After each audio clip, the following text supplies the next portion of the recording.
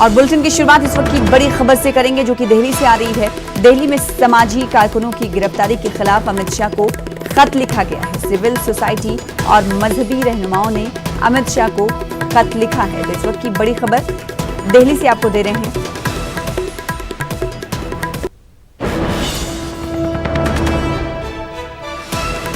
दिल्ली में समाजी कारकुनों की गिरफ्तारी के खिलाफ अमित शाह को खत लिखा गया है।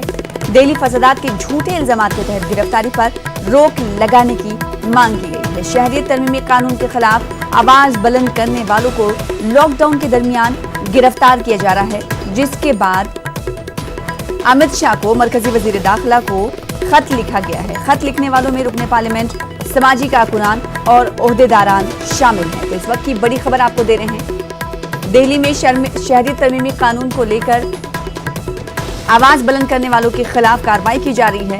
दिल्ली में समाजी कारकुनों की गिरफ्तारी के खिलाफ अमित शाह को खत लिखा गया है और इसमें रुकने पार्लियामेंट, समाजी कारकुनान और ओहदेदार शामिल हैं। हमारे साथ हमारे नुमाइंदे खुर्रम शहजाद जुड़ रहे हैं। खुर्रम, ये बताइएगा कि अब तक दिल्ली में ऐसे समाजी कारकुनान की कितनी गिरफ्तारी हो गई जिसके बाद ये खत लिखना पड़ा तमाम लोगों को? कौन कौन से ऐसे लोग हैं, कौन कौन से ऐसे शोबे से, जिस तरीके से मैंने जिक्र किया रुकने पार्लियामेंट, समाजी कारकुन, कौन कौन से ऐसे बड़े नाम हैं जिन्होंने खत लिखा है? देखिए, हमने देखा है कि जिस तरीके से दिल्ली में, खास शुमाल मशरक़ी दिल्ली में फसाद हुआ और उसमें बहुत सारे लोग अपने उनके घर जल गए, उनको लूट लिया गया, बहुत सारे लोगों की जानें चली गई, 50 से ज्यादा लोगों की जानें चली गई। ऐसे हालात में उसके बाद जिस तरह से कोरोना की वबा आई है, उसके बाद पूरा दिल्ली पूरे मुल्क की तरह लॉकडाउन है। ऐसे में खालिद सैफी जो यूनाइटेड अगेंस्ट हेट के मेंबर थे, मीरान हैदर जो जामिया इस्लामिक रिसर्च स्कॉलर थे, और भी कई लोग जो मुस्तफाबाद के इलाके से ताल्लुक रखते हैं, इन दोनों को तो गिरफ्तार किया जा चुका है। खालिद सैफी को लेकर के लगातार ये कहा जा रहा है कि उन पर पुलिस तशद्दुद कर रही है। मीरान हैदर को अभी पिछले दिनों पूछताछ के लिए, तफ्तीश के लिए बुलाया गया था, लेकिन फिर उनको गिरफ्तार कर लिया गया। तो कई तरह की खबरें आ रही हैं। पिछले दिनों हमने आपको एक खबर और भी दिखाई थी जिसमें मुस्तफाबाद इलाके की कुछ खवातीन रात में खड़े होकर के बाज़ाब्ता मोबाइल पर अपना वीडियो बना करके सब लोगों को भेज रही थी, कह रही थी कि हमारे बच्चों को पुलिस लॉकडाउन के बीच में थाने बुला रही है, उनको गिरफ्तार कर रही है, उन्हें परेशान किया जा रहा है, कोरोना लगाने की कोशिश की जा रही है। तो ये पूरी पस मंजर है जिसमें ये लिखा गया है। इसमें साबिक मेंबर पार्लियामेंट और वजीर रह चुके, मरकजी वजीर रह चुके उदित राज शामिल है जिन्होंने ये खत लिखा है। मुश्तबा फारूक है, जमात इस्लामी हिंद के सदर सादतुल्लाह हुसैनी है, रवि नायर हैं, इस तरीके से बहुत सारे लोग हैं, डॉक्टर कासिम रसूल इलियास हैं, इंजीनियर मोहम्मद सलीम हैं। तो ये तमाम लोग हैं जिन्होंने, ये तकरीबन 25 लोग हैं। Doctor Zafar Islam Khan Delhi minority commission के चेयरमैन हैं। इन लोगों ने ये खत लिखा है और कहा है कि लॉकडाउन चल रहा है, उस बीच में अदालतें नहीं खुलती हैं और बहुत कम काम हो रहा है। ऐसे हालात में गिरफ्तारियां हो रही हैं, तो लोग अपना कॉन्स्टिट्यूशन बिल्कुल टाइमिंग पर सवाल उठ रहे हैं। खुर्रम शहजाद, बिल्कुल टाइमिंग को लेकर बड़ा सवाल है, क्योंकि अब लोग अपना दिफा नहीं कर सकते, वो अपनी जमानत नहीं करा सकते, ना ही हेयरिंग हो रही है। तो इन तमाम चीजों को लेकर लगातार मतलब इस तरह की चीजें सामने आ रही थी, जिसकी वजह से ये पूरा खत लिखा गया है। और सबसे बड़ा इल्जाम जो दिल्ली पुलिस पर लगाया गया है कि वो जो शुमाल मशरक़ी दिल्ली में फसाद हुआ उसके इल्जामात लगा रही है, वो फेक इल्जामात उनको कहा जा रहा है कि इल्जाम दिल्ली पुलिस पर है कि वो इन इल्जामात का सहारा ले रही है, लोगों को गिरफ्तार किया जा रहा है। तो वजीर दाखिला अमित शाह से गुजारिश की गई है कि दिल्ली पुलिस की इस कार्रवाई पर रोक लगाएं, और क्योंकि मौजूदा हालात हैं उसमें जो कोरोना की वबा फैली हुई है उसको लेकर के हमें एक लड़ाई लड़नी है। ऐसे हालात में इस तरह की गिरफ्तारियां वो मुनासिब नहीं है। तो ये पूरा खत लिखा गया है और वजीर दाखिला देखते हैं कि इस मामले में अब क्या करते हैं। जाहिर सी बात अब देखने वाली बात होगी कि इस खत पर मरकजी वजीर दाखिला अमित शाह का क्या कुछ रद्द-ए-अमल आता है और क्या कुछ इस हवाले से वो इक़दामात करते हुए दिखाई देते हैं। फिलहाल खबर यह है कि दिल्ली में समाजी कारकुनों की गिरफ्तारी के खिलाफ ये खत लिखा गया हुआ। गुज़िश्ता दिनों हमने देखा कि कई समाजी कारकुन गिरफ्तार किए गए हैं, जिसके बाद मुख्तलिफ शोबे हयात से जुड़ी हुई शख्सियात ने खत लिखा है और इस खत में लॉकडाउन होने के दरमियान गिरफ्तार न करने की मांग की गई है। दिल्ली फसादात के साथ ही साथ ये जिक्र किया गया इस खत में कि दिल्ली फसादात के झूठे इल्जामात के तहत गिरफ्तारी पर रोक लगाई जाए।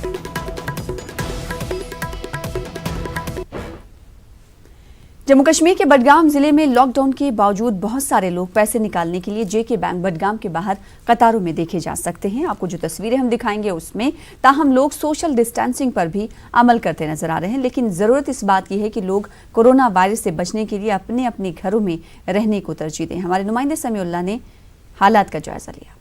कोविड-19 जो कि एक लाइलाज बीमारी है, जहां एक तरफ से एडमिनिस्ट्रेशन लगातार लोगों को लाउड स्पीकर्स के ज़रिए, पॉपलेट्स के ज़रिए, पोस्टर्स के ज़रिए जानकारी दे रहे हैं कि लोग अपने घरों में ही रहे, बाहर ना निकले, भीड़ भाड़ वाले इलाकों में ना जाए, क्योंकि अगर हम भीड़ भाड़ वाले इलाकों में जाते हैं तो इस वायरस का फैलने का काफ़ी अंदेशा रहता है। फ़िलहाल हम इस वक्त जम्मू कश्मीर बैंक बडगाम में मौजूद है। आप देख सकते हैं कि लंबी कतारों में लोग यहाँ पर खड़े हैं, सुबह से ही लोग यहाँ पर आए हैं। ऐसे में जो है ये सवाल यही उठता है कि इतनी सारी भीड़ इकट्ठा होना खतरे से खाली नहीं है, क्योंकि तमाम तर जो हेल्थ एडवाइजरी है, जो यहाँ की एडमिनिस्ट्रेशन ने पोस्टर चस्पा के, उनमें भी यही कहा गया है कि लोगों को कि वो अपने घरों में ही रहे, बाहर ना जाए, लॉकडाउन को सही तरीके से अमलाया जाए, तभी हम इस चेन को फैलने से रोक सकते हैं, इस चेन को तोड़ सकते हैं। लेकिन हमने कई दिनों में देखा कि कई सारे बडगाम के इलाकों में जो है जम्मू कश्मीर बैंक के जो ब्रांचेस है वो खुली थी और लोग वहाँ पे बेतहाशा बड़ी बड़ी कतारों में खड़े थे और पैसे निकाल रहे थे। हालांकि पुलिस यहाँ पे मौजूद है। आज जो है सोशल डिस्टेंसिंग का भी ख्याल रखा जा रहा है। बैंकों पर काफ़ी भीड़ है, जिससे इस वायरस का फैलने का अंदेशा हो सकता है। समीउल्लाह, न्यूज़ 18 उर्दू, बडगाम। फिलहाल आगे बढ़ेंगे। इस वक्त बड़ी खबर आ रही है दिल्ली से। दिल्ली में इमामों और मुअज्जिनों को खाने के लाले पड़े। ऐसा हम इसलिए कह रहे हैं क्योंकि पिछले 5 महीने से इन्हें तनख्वाह नहीं मिली है। करीब 275 इमाम और मुअज्जिन हैं जिन्हें पिछले 5 महीने से तनख्वाहें नहीं मिली हुई हैं। करीब 2200 प्राइवेट इमाम और मुअज्जिन भी फहरिस्त में शामिल हैं। वक्फ बोर्ड के रेगुलर इमाम और मुअज्जिन को 4 महीनों से तनख्वाह नहीं मिली है। दिल्ली वक्फ बोर्ड की अगर हम बात करें तो दिल्ली वक्फ बोर्ड लगातार ये दावे करता है कि वो अपने मुलाजमीन का ख्याल रखता है और वक्तन फ़वक्तन तनख्वाह भी अदा की जाती रही है और अलग से उनका इंसेंटिव भी दिया जाता है। दिल्ली सरकार ने इजाज़त नहीं दी है, ऐसी खबर आ रही है। अब ऐसे में आप अंदाज़ा लगा सकते हैं कि लॉकडाउन के दरमियान ये तमाम लोग यानी इमाम और मुअज्जिन अपना कैसे गुजर बसर कर रहे होंगे। दिल्ली वक्फ बोर्ड के स्टाफ भी 2 महीने से तनख्वाह से महरूम है। दिल्ली में इमामों और मुअज्जिन को खाने के लाले पड़ रहे हैं। आखिर क्यों ताखीर हुई है, दिल्ली वक्फ बोर्ड की तरफ से जानने की कोशिश करेंगे। हमारे साथ हमारे नुमाइंदे खुर्रम शहजाद इस खबर पर भी एक बार फिर से जुड़ रहे हैं। खुर्रम, पिछले 5 महीनों से इमाम और मुअज्जिनों को तनख्वाह नहीं मिली है, आखिर क्यों, क्या वजूहात दिल्ली वक्फ बोर्ड बता रहा है? देखिए, दिल्ली वक्फ बोर्ड और कहना चाहिए कि उसमें एक तनाजा शुरू हुआ था। हाँ। जो दिल्ली वक्फ बोर्ड के चेयरमैन और दिल्ली वक्फ बोर्ड के सीईओ और उनके दरमियान एक तनाजा शुरू हुआ, जिसकी वजह से दिल्ली वक्फ बोर्ड के जो सीईओ असेंबली हैं वो सिग्नेचरी थे, यानी कि उनके पैसे, उनके सिग्नेचर के बाद, उनके दस्तखत के बाद जो दिल्ली वक्फ बोर्ड का पैसा है वो रिलीज होता था जी। तो एक मसला ये बना हुआ था जिसकी वजह से नहीं तनख्वाह है वो जारी नहीं हो पा रही थी। अब इसी दरमियान 20 मार्च को जो चेयरमैन थे अमानतुल्लाह खान, उनको तकनीकी बुनियादों पर हटा दिया गया, क्योंकि वो बीच में कुछ अरसे के लिए इलेक्शन हुए और बीच में वो मेंबर असेंबली नहीं रहे, तो उनकी अहलियत खत्म हो गई चेयरमैन होने के लिए। तो इस वजह से अब दोबारा से मेंबर बनाया जाएगा, तब किसी का इंतखाब होगा चेयरमैन के लिए। दिल्ली वक्फ बोर्ड उसका की मीटिंग होगी, उसमें वो इंतखाब हो सकता है। तो उस वजह से उनको हटा दिया गया। 15 दिन गुजर गए हैं, लेकिन इस बीच में दिल्ली वक्फ बोर्ड के चेयरमैन और एक हिमाल अख्तर मेंबर हैं, इन दोनों को सिग्नेचर करने की अहलियत हासिल थी। सीईओ पहले से अलग हैं, उनके साथ तनाजा चल रहा है। वो दिल्ली वक्फ बोर्ड में जिस तरह, लेकिन अब सवाल ये उठता है कि जिन्हें अहलियत हासिल है सिग्नेचर करने की, साइन करने की, फिर वो क्यों देरी कर रहे हैं? देखिए, चेयरमैन नहीं रहे तो एक सिग्नेचर करने वाले अमानतुल्लाह खान अलग हो गए। सीईओ से पहले ही तनाजा चला था वक्फ बोर्ड का, वो सिग्नेचर नहीं कर रहे हैं। अब 2 लोगों के सिग्नेचर होना जरूरी है। तो एक पहलू ये है, लेकिन दूसरा पहलू ये है कि दिल्ली वक्फ बोर्ड के बाद पिछले 5 महीनों से ग्रांट जो दिल्ली सरकार की तरफ से 37 करोड़ रुपए की ग्रांट मंजूर हुई थी, वो जारी नहीं की गई। तयमाही एक ग्रांट जरूर जारी हुई थी, लेकिन उसके बाद से ग्रांट जारी नहीं हुई, यानी सिर्फ 9 करोड़ रुपए जारी हुए थे, उसके बाद से ग्रांट नहीं आई है। यानी कि अब दिल्ली वक्फ बोर्ड के पास एक तरफ पैसा नहीं है, दूसरी तरफ सिग्नेचर करने वाले लोग भी नहीं है, तो ऐसे में अब वक्फ बोर्ड किस तरीके से अपने जो मुलाजमीन हैं, खासतौर से इमाम हैं, उनको तनख्वाह दे पाएगा। पेंशन जो मिलती थी बेवाओं को 2500 रुपए के करीब, वो नहीं 4 महीने से जारी नहीं हो पाई।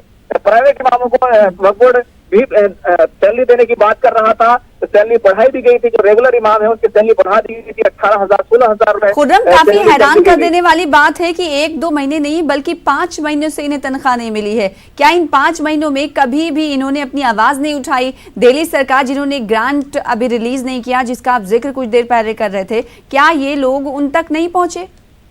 देखिए, अभी 4-5 दिन पहले हिमाल अख्तर ने एक खत लिखा है खासतौर से सीईओ को, दिल्ली वक्फ बोर्ड के सीईओ को, और वजीर आला केजरीवाल की नॉलेज में भी उनको भी एक कॉपी भेजी गई है जिसमें इस पूरी सूरत हाल के बारे में बताया गया है। लेकिन जो वक्फ बोर्ड के इमाम है उनकी तरफ से आवाज नहीं उठ रही है। जो उसमें कई बातें हैं। एक तो अमानतुल्लाह खान जिस तरीके से शुमाल मशरिकी दिल्ली में जो फसाद हुए उसको लेकर के बढ़ चढ़कर काम कर रहे थे, वो मसला रहा, इलेक्शन का मसला रहा, और उस सबके बीच उन पर काफी एतमाद था। उसकी वजह से आवाजें उस तरीके से नहीं उठ पाई। और अब भी हमने कई इमामों से बात करने की कोशिश की तो कोई भी मीडिया के सामने आकर बात करने के लिए उस तरीके से तैयार नहीं है।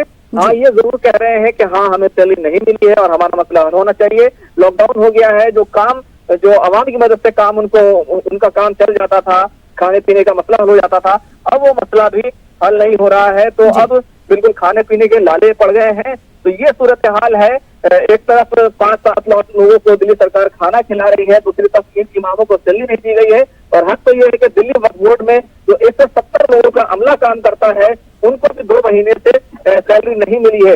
ये सूरत हाल काफी तशवीशनाक सूरत हाल है। तो दिल्ली सरकार की महकमा जिसे मुदाखलत करनी पड़ेगी। सैलरी नहीं मिल रही, तनख्वाह नहीं मिल रही, काफी तशवीश की बात है। बहुत शुक्रिया खुर्रम शहजाद हमारे साथ जुड़ने के लिए।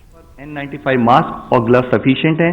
केवल इमरजेंसी रूम में, केवल मॉर्चुरी रिलेटेड एक्टिविटीज में, केवल जहां पर एक्चुअल में लैब सैंपल कलेक्ट हो रहा है वहां पर ही फुल कंटेनमेंट ऑफ पीपीई की जरूरत होती है। तो आपके द्वारा मैं सब लोगों की दृष्टि में लाना चाहूंगा कि किसी भी तरह का कोई भय न रखें। सफिशिएंट क्वांटिटीज गवर्नमेंट के लेवल पर अफोर्ड कर स्टेट्स को प्रोवाइड की जा रही है, मैं इससे पहले बता चुका हूं। और उसके साथ ही जो भी आइटम्स हैं उनको उनके प्रॉपर प्रोसेस से यूज किया जाए। जैसे मैं आप लोगों को कहना चाहूंगा कि एक N95 मास्क है, वह एक बार यूज करने के बाद 8 घंटे तक यूज किया जा सकता है। अब हम उसको 8 घंटे यूज करे बिना केवल एक बार एक पेशेंट को देखें, उसके बाद उसको डिस्पोज ऑफ करके दोबारा एक N95 मास्क यूज करें तो वह मिसयूज होगा। तो इसके लिए जरूरी है कि हम रैशनलाइजेशन की जो एक्सरसाइज है उसको प्रॉपर फॉलो करें।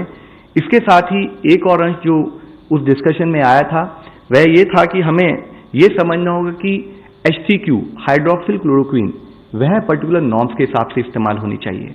हमने इससे पहले भी आप सब लोगों को द्वारा बताया है कि हाइड्रोक्सिल क्लोरोक्वीन जो केवल कॉन्टैक्ट्स को और डॉक्टर्स जो पॉजिटिव पेशेंट से डील कर रहे हैं केवल उनको ही दी जानी है और उससे संबंधित प्रोटोकॉल को फॉलो किया जाए। यह पर्टिकुलर मेडिसिन जो है ये कार्डियक इरेगुलरिटीज और इसी तरह से जो लोग कार्डियक डिजीज से सफर कर रहे हैं उनके लिए हानिकारक भी हो सकती है। हर मेडिसिन के कुछ साइड इफेक्ट्स होते हैं, तो इसके तहत जिस पर्टिकुलर कैटेगरी ऑफ लोगों को उसको इस्तेमाल करना है उसके अलावा कोई भी इसे इस्तेमाल ना करें। इसका जो डाउट है इसको फील्ड से निकालें। साथ ही इससे संबंधित जैसे कल भी आपने मेरे से पूछा था, मैं फिर आप लोगों की दृष्टि में लाना चाहूंगा कि गवर्नमेंट ऑफ इंडिया के लेवल पर प्रॉपर लेवल पर हर लेवल पर डिस्कशन करते हुए जितनी हमारे को HCQ की जरूरत है उतनी sufficient quantities as and when जब जरूरत होगी उसके लिए देश ने हर तरह से तैयारी की हुई है। आज जितनी क्वांटिटीज चाहिए उससे ज्यादा अवेलेबल है। फ्यूचर में जितनी क्वांटिटीज की प्रोजेक्शन हो सकती है उसका पूरी प्लानिंग करके 100% तरीके से गवर्नमेंट HCQ हाइड्रोक्सिल क्लोरोक्वीन के बारे में सक्षम है। मैं आप सबसे आखिर में यही कहना चाहूंगा कि अब हम लोग जैसे कि हमेशा मैं आप लोगों की दृष्टि में लाता रहा हूं कि हम लोग एक इन्फेक्शियस डिजीज से डील कर रहे हैं, डे टू डे की लड़ाई है।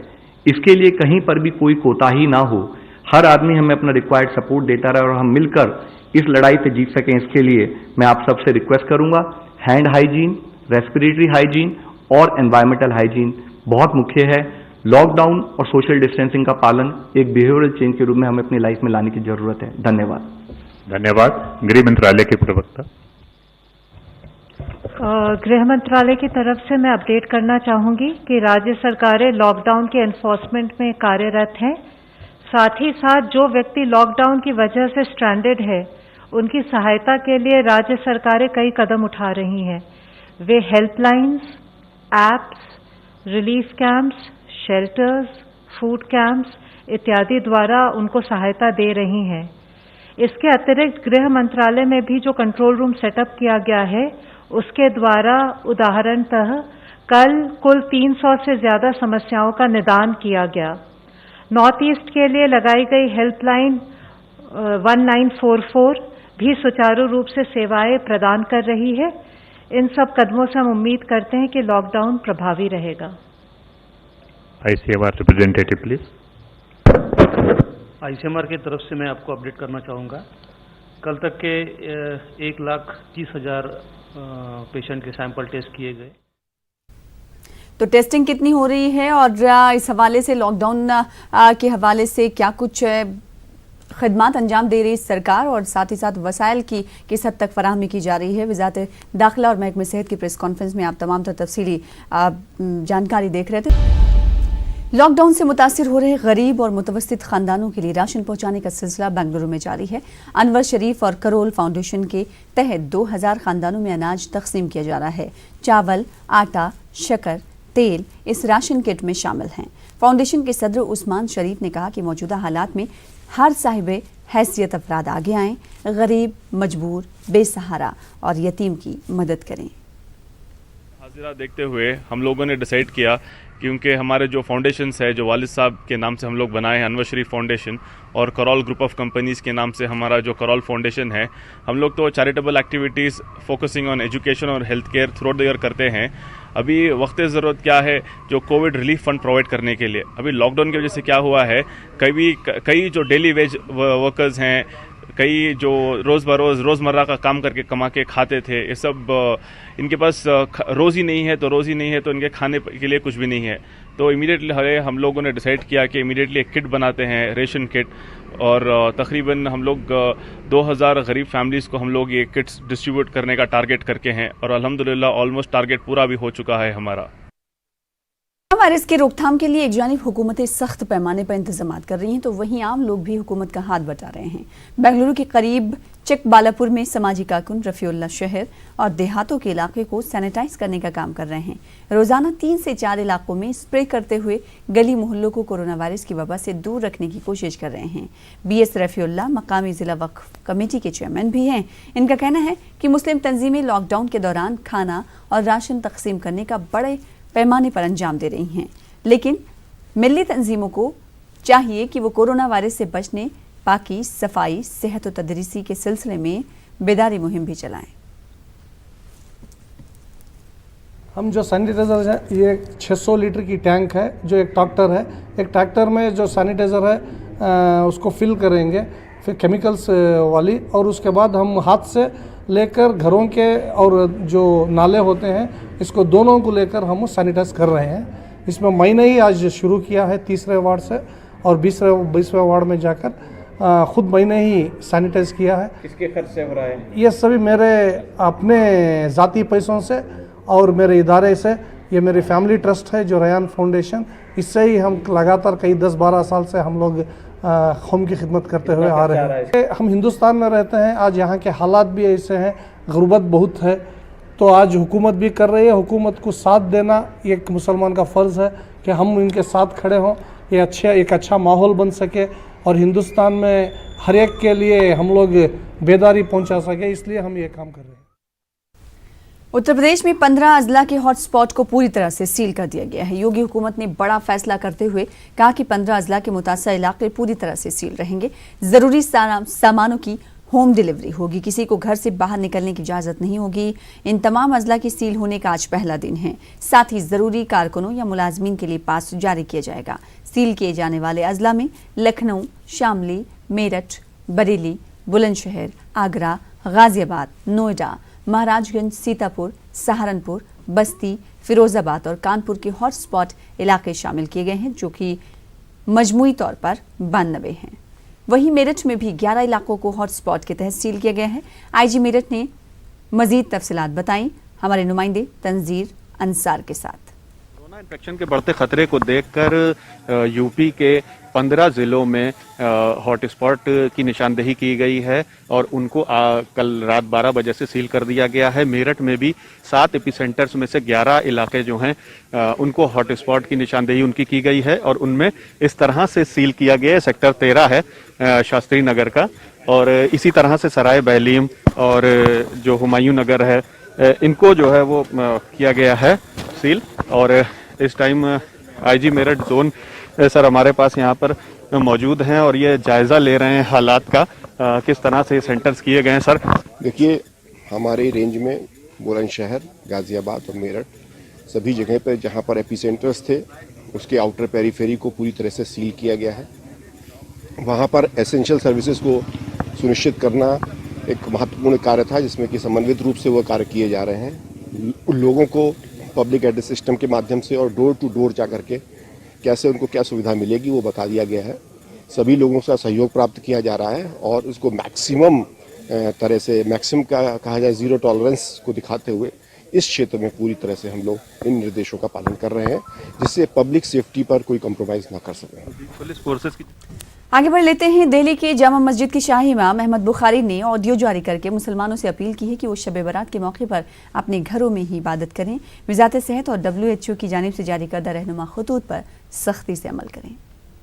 अज़ीज़ान मोहतरम, मैं शाही इमाम सैयद अहमद बुखारी आपसे मुखातब हूँ। कल 9 अप्रैल जुमेरात के रोज़ शब बारात है। बारात का मतलब निजात, गुनाहों से निजात की रात है, जिसको हम इबादत की रात के तौर पर भी जानते हैं। इस वक्त कोरोना वायरस की वजह से पूरे मुल्क में लॉकडाउन है, इसलिए मेरी मुसलमानों से खुसूसी अपील है कि वो इस रात अपने अपने घरों में ही रहकर इबादत करें। अज़ीज़ान मोहतरम और नौजवान साथियों, कोरोना वायरस की वजह से आज पूरी इंसानियत इस बीमारी और इसके मोहलिक असरात की गिरफ्त में है। आज इलाकाई, कौमी और बैनुल अक़वामी इंसानी बिरादरी का यह मुश्तरका चैलेंज है कि वो उन तमाम एहतियाती तदाबीर वजारत सेहत, WHO और दीगर मेडिकल हलकों की जानिब से जो कुछ इस हवाले से आवाम को बताया जा रहा है उसकी सख्ती से पाबंदी करें। शब बारात का एहतमाम ज़रूरी है, लेकिन इसके लिए अपने घरों में ही इबादत का एहतमाम किया जाए। इस तरह की अपील औरंगाबाद के उलमा और शहर के जिम्मेदारों समेत रुकन पार्लियामेंट इम्तियाज़ जलील ने की है। भाइयों बहनों से दरख्वास्त है कि ये रात दुआ की कबूलियत की रात है। इसमें अल्लाह के रसूल सल्लल्लाहु अलैहि वसल्लम ने दुआओं का एहतमाम करने का हुक्म फरमाया, इबादत का एहतमाम करने का हुक्म फरमाया, लेकिन ये इबादतें और दुआएं हमारे घरों में हो। शब बारात के ताल्लुक से मैं तमाम आवाम से एक बार फिर से अपील करना चाहूँगा। तमाम औरंगाबाद के अहम जितने भी बड़े उलमाए हैं उन लोगों ने एक तरह से ये फरमान जारी किया है, ये हुक्म जारी किया है कि शब बारात की रात में भी आप इबादतें करिएगा, नमाज़ें पढ़िएगा, लेकिन अपने घरों की चारदीवारी में रहकर। आप अगर बाहर निकलेंगे तो फिर ये समझ लीजिएगा कि कोरोना वायरस का ख़तरा और बढ़ेगा। तमाम उलमा ने, हमारे देश के भी और दुनिया भर के भी उलमा ने एक मुत्तफ़िक़ा तौर पर एक फ़ैसला दिया कि साहब मस्जिदों में नहीं जाना है, मिनिमम लोग जाकर के इबादत कर लें, इमाम और कुछ और लोग अज़ानें होती रहें और बाकी के जो लोग हैं वो अपने घरों में इबादत करें। तो यही चीज़ शब बारात के लिए भी है। शब बारात एक नफिल इबादत। हैदराबाद में नस्ली इम्तियाज़ का एक मामला सामने आया है। वनस्थलीपुरम के एक सुपरमार्केट में 2 मणिपुरी शख्स के साथ इम्तियाजी सलूक किया गया। स्टार ग्रोसरी नामी सुपरमार्केट में दाखिल होने से मना कर दिया गया। इन लोगों से कहा गया कि ये हिंदुस्तानी नहीं लगते। हालांकि इन लोगों ने अपने आधार कार्ड भी दिखाए, इसके बावजूद इन्हें गेट पर ही रोक दिया गया। ID कार्ड है? नहीं है भैया, एंट्री नहीं है बोल रहा हूँ साहब। क्यों एंट्री नहीं है? हाँ भैया, क्यों एंट्री नहीं है? प्रॉब्लम क्या है? ये सिचुएशन प्रॉब्लम है ना। सिचुएशन तो मालूम है, लेकिन हम लोग कोरोना वायरस इन्फेक्टेड नहीं है, लेकिन फिर इंडिया हो मैनेजर लंच को गया, कुछ नहीं बोलेगा, इंडिया तो इंडिया है। अरे सर मेरे को ऐसा तो अधिकार भी है तो। फिलहाल इसी के साथ इस बुलेटिन में इतना ही। मजीद खबरों के लिए देखते रहिए न्यूज़ 18।